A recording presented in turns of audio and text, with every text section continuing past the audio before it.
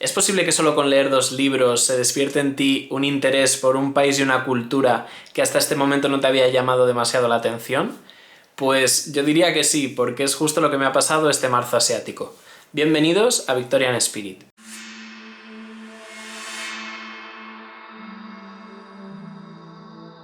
Hola a todos, soy Adrián, bienvenidos a mi blog Victorian Spirit. Hoy traigo al canal un vídeo especial porque estamos en plena celebración del marzo asiático, esta iniciativa ineludible ya para cualquier booktuber que creó Almudena del canal Magrata Ajos Tiernos hace ya unos años y que nació con la intención de fomentar la lectura de autores asiáticos, de obras que estuviesen ambientadas en Asia, como una manera un poco de salirnos de nuestra zona de confort, que muchas veces acabamos leyendo libros más de corte occidental. Y bueno, la verdad es que es una iniciativa que yo creo que va ganando adeptos año a año.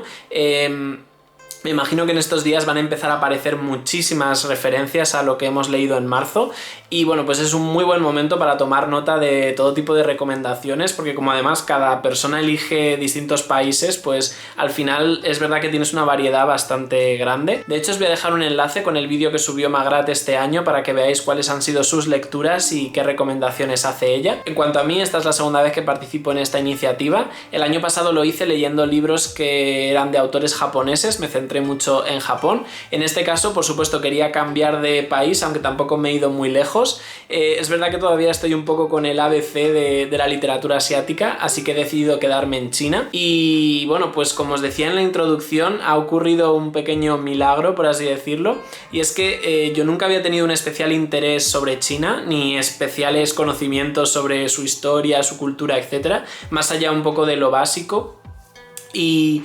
sí que debo decir que gracias a estas 2 lecturas, que en principio no tienen mucho que ver, pero que una vez que las lees sí que surgen bastantes sinergias entre ellas, puedo decir que he descubierto bastantes cosas sobre la China precomunista, la China del siglo XIX, de principios del siglo XX, que me ha parecido un lugar y una cultura alucinante, muy exótica desde nuestro punto de vista occidental, pero a la vez muy atractiva. Así que bueno, sí que se puede decir que ha sido un flechazo y que sí que me gustaría seguir descubriendo más de esta China precomunista, de esta China tan oculta, tan ancestral y tan misteriosa. Y una vez presentado el país al que me he dedicado en este periodo, vamos ya con las 2 lecturas que he hecho. La primera se podría decir que es todo un clásico dentro del marzo asiático. De hecho, yo diría que un porcentaje muy alto de lectores han leído este libro y que yo creo que a lo largo de los años ha servido a mucha gente como primer puente entre la literatura occidental y la literatura oriental. Yo lo encontré el año pasado en una librería de segunda mano y lo reservé para este momento porque desde que lo vi dije, venga, este para el próximo marzo asiático. Os estoy hablando de El Club de la Buena Estrella de Amy Tan. Esta es la primera novela que escribió esta autora y redactora californiana de raíces chinas. Y bueno, es un libro que en los años 90 fue un éxito de ventas, se convirtió en un bestseller. De hecho, también tuvo una adaptación al cine y también fue un gran éxito. Pero es verdad que no estuvo exento de polémica porque desde algunos círculos se acusaba a Amy Tan de haber perpetuado algunos de los estereotipos que existen en Estados Unidos respecto a la comunidad china, y sobre todo porque tachaba a la cultura china de misógina y de atrasada. Aunque es verdad que la gran mayoría de críticas vinieron por parte de hombres, porque es verdad que cuando retratas una cultura tan tradicional y tan ancestral, pues es habitual que encuentres sesgos misóginos o machistas, y bueno, pues contra eso creo que poco hay que criticar. Esta novela refleja la brecha generacional y cultural que existe entre los hijos estadounidenses de inmigrantes chinos y se centra especialmente en las relaciones madre e hija de 4 mujeres chinas que viven en San Francisco y que se reúnen periódicamente para jugar al mahjong, que es un juego de mesa de origen chino, y para comer pues comida tradicional china. El germen de esta historia y de esa idea de madres e hijas que no llegan nunca a entenderse porque sus mundos son completamente diferentes nace de la propia biografía de la autora, porque ella también tuvo una relación bastante tortuosa con su madre y hubo un momento en que su madre enfermó. Ella le prometió que si se curaba la llevaría de viaje a China. Fue la primera vez que Amy Tan fue a China siendo ya una adulta y de alguna manera ese viaje le sirvió para reconciliarse con sus raíces y bueno, pues de ahí surgió esta historia entre madres e hijas. Uno de los comentarios o de las críticas más recurrentes que suelen hacer los lectores a esta obra suele ser su estructura, que es un poco complicada porque son 16 pequeñas historias que están interconectadas. Algunas hacen referencia a la vida de las madres, tanto en su infancia como en su juventud en China, y otras se refieren a la vida de sus hijas ya en San Francisco y como mujeres estadounidenses. La dificultad para el lector aquí está en relacionar qué historias van con qué personaje y qué madre está relacionada con qué hija,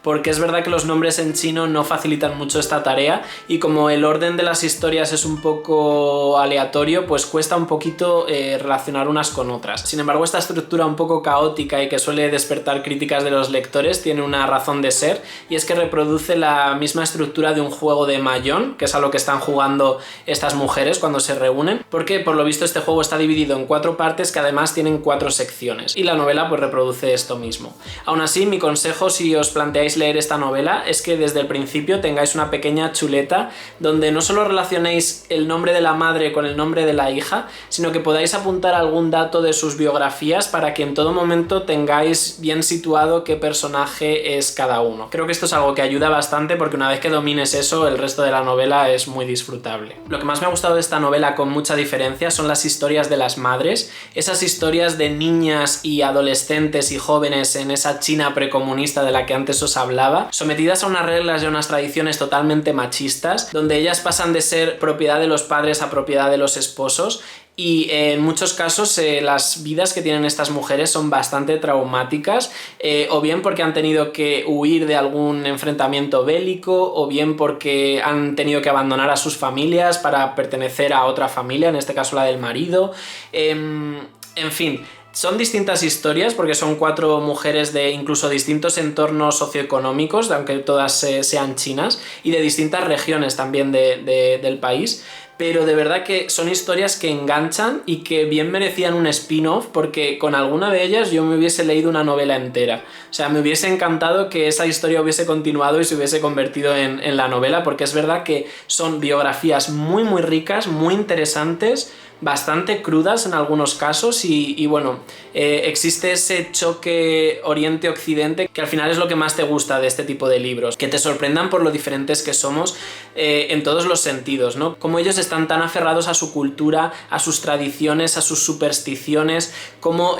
cada cosa tiene que hacerse en el día específico que está pensado como el día idóneo para realizarlo, la cantidad de refranes y de lugares comunes que comparten y que aplican a su vida en todos los aspectos, desde lo más doméstico y simple a lo más complejo. Es muy muy interesante esta parte. Y por contra, lo que menos me ha gustado de la novela han sido las vidas de sus hijas, de estas mujeres que ya son estadounidenses, aunque todo su entorno sea de origen chino. El único interés desde mi punto de vista de sus biografías son esos momentos en los que interactúan con sus madres y esos choques que se producen, ya he dicho, de nivel cultural y generacional, pero por sí solas, cuando bueno, interaccionan con sus maridos o con sus problemas del día a día,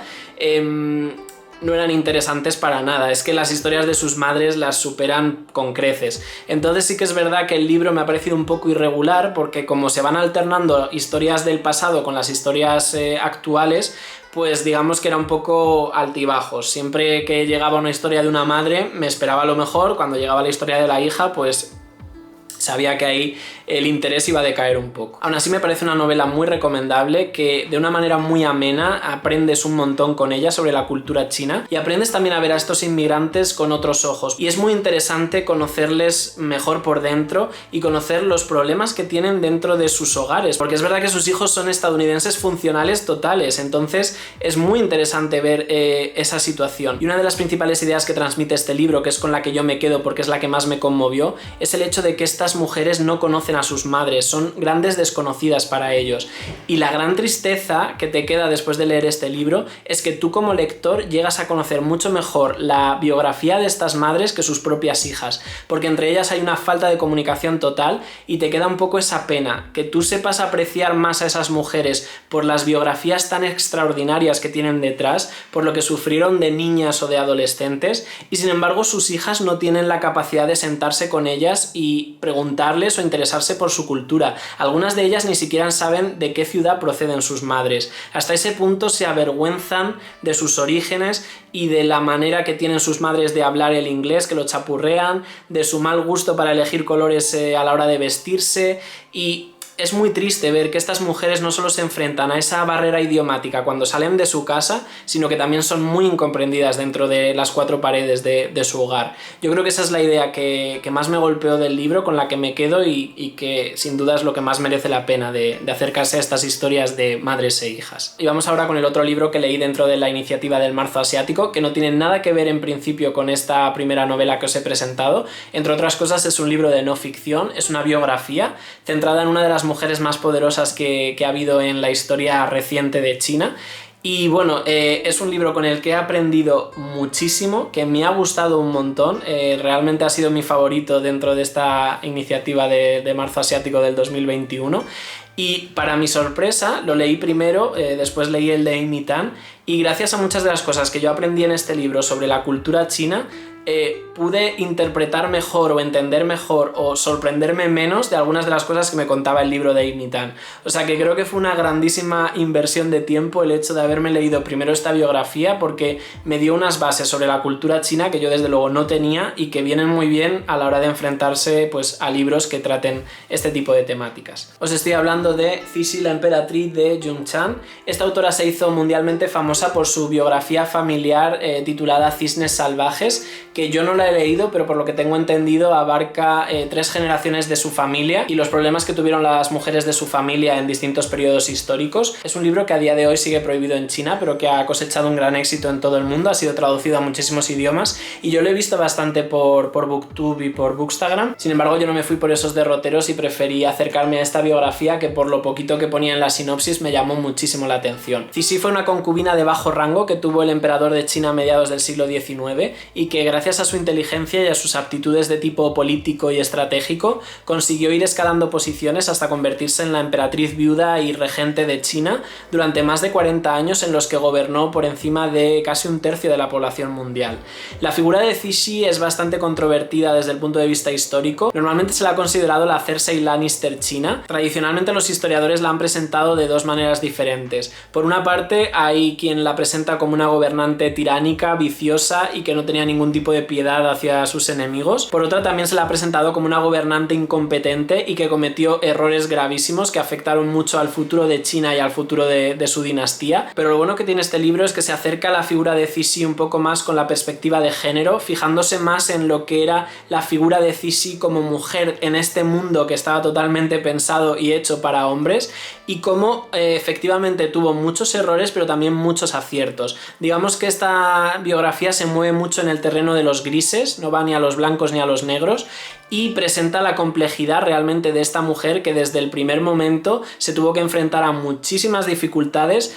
primero para conseguir un buen puesto dentro de esta dinastía y después para mantenerlo, porque lógicamente el hecho de que una mujer acaparara tanto poder en esa época y más en China, pues despertaba todo tipo de antipatías y bueno, pues claro, ella se tuvo que enfrentar a varios intentos de asesinato, a revueltas de todo tipo, a desplantes, etc. Nadie confiaba en su capacidad para ponerse al frente de un país como China y bueno, pues ella hizo muchas cosas bien, al igual que hizo muchas cosas mal y bueno, pues como ocurre siempre con las biografías de mujeres poderosas en la historia,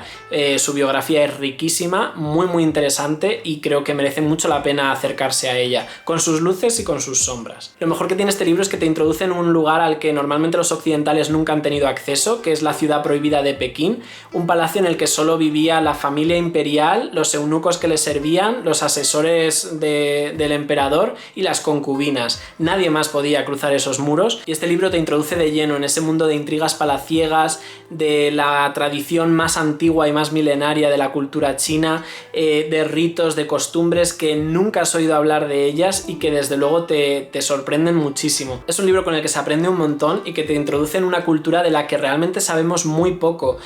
Todo lo que te cuenta es terriblemente exótico, terriblemente llamativo. Hay un montón de imágenes que se me han quedado ya en la retina, tanto por lo bueno como por lo malo, normalmente por lo malo, porque hay cosas muy truculentas en este libro.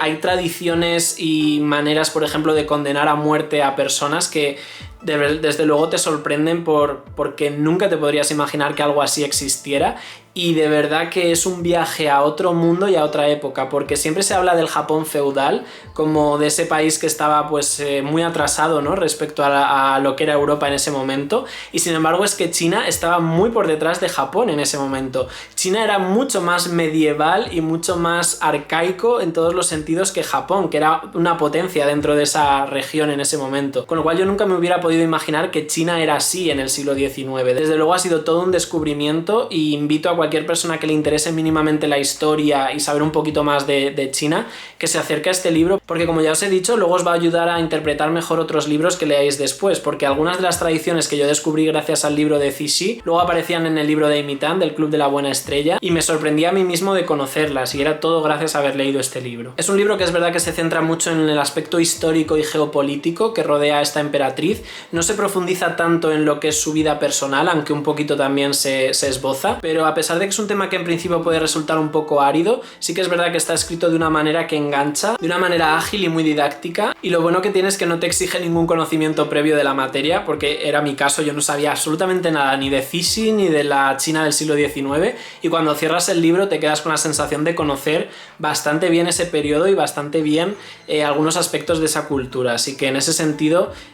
pues merece muchísimo la pena, yo lo recomiendo, y bueno, pues dentro del marzo asiático ha sido mi lectura favorita. Bueno, pues hasta aquí mi repaso del marzo asiático de este año, espero que os hayan resultado interesantes los títulos que he mencionado. Cualquiera de los dos desde luego son muy recomendables y te sumergen muy bien en esta cultura china, que ya os digo que a mí me ha picado el gusanillo y que me gustaría seguir explorando. Y bueno, como siempre me gustaría lanzaros una pregunta al final del vídeo, en este caso me gustaría saber si vosotros también habéis participado en el marzo asiático y cuál ha sido vuestra mejor lectura dentro de esta iniciativa. Si alguien no ha participado pero tiene alguna recomendación de autor de origen asiático, pues también es más que bienvenido a participar. Y nada, si es la primera vez que pasas por aquí y te ha interesado lo que te he contado, te animo ahora a que te suscribas, le puedes dar al cabezón de Sherlock y a la campanita para estar en contacto, y a todos los demás pues muchísimas gracias por vuestro cariño, por vuestra dedicación, espero que tengáis una muy buena semana y nos vemos el domingo que viene. Hasta entonces.